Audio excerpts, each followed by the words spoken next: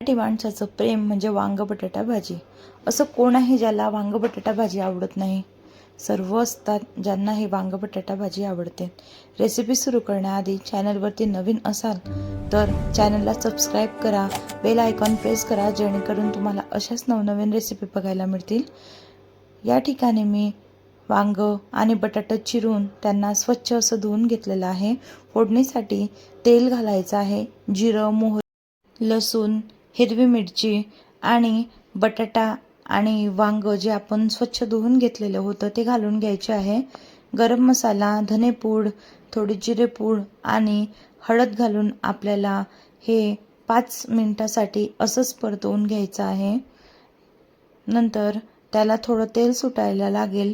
या स्टेजला यामध्ये गरम करून घेतलेलं पाणी आपल्याला घालून घ्यायचं आहे. पाणी इतकंच घालायचं जितक्यात आपली भाजी शिजेल. आणि जर तुम्हाला थोडी ग्रेव्ही हवी असली तर तुम्ही जास्त टाकू शकतात पाणी. चवीप्रमाणे मीठ घालून घ्यायचं आपल्याला आणि छानपैकी झाकण ठेवून आपल्याला या भाजीला शिजवू द्यायचं आहे. पाणी बघू शकता तुम्ही, भाजी शिजेल इतकंच मीठ टाकलेलं आहे.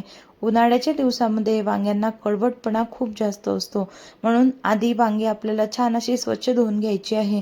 तुम्ही मीठ घालून सुद्धा वांगे धुवू शकतात, नाही चुना घालून सुद्धा वांगी धुवू शकतात. वांगे ज्या पाण्यात धुणार आहे त्या पाण्यामध्ये थोडासा चुना घालायचा आणि छान ते वांगी धुवून घ्यायची, ज्याने वांग्यांचा कडवटपणा पूर्ण हा निघून जातो. मी या ठिकाणी भाजी छान असं झाकण ठेवून मध्ये मध्ये परतवून घेतलेली आहे.